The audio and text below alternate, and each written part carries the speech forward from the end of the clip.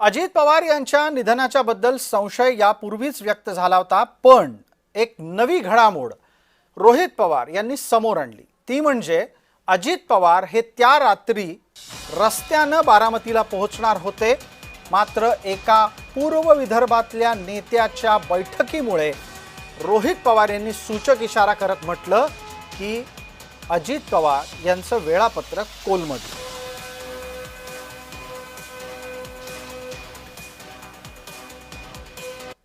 पूर्व विदर्भातील एक कुठले तरी नेते हे मोबाईल चेक करा दादांचे, नाही तर लँडलाईनवर कोणाचा फोन होता काय होता मला माहित नाही, पण मला जे कळालेलं आहे सही करावीच लागते।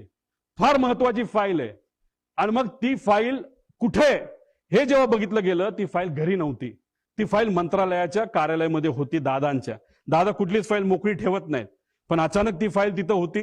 मग ती दादांनी बोलवली, बोलवण्यात येण्यात मुंबईचं संध्याकाळचं ट्रॅफिक तुम्हाला माहितीये, ती फाईल पोहोचूस तर वेळ गेला। वेळ गेल्यानंतर ती फाईल आली, पण एक मोठा नेता आपल्या पक्षाचं बोलत असेल तर सही तर करावीच लागेल। आणि मग दादांनी ती सही केली, ती फाईल यूज तर सही करूस तर त्याच्यामध्ये दुर्दैवाने त्या ठिकाणी वेळ गेला।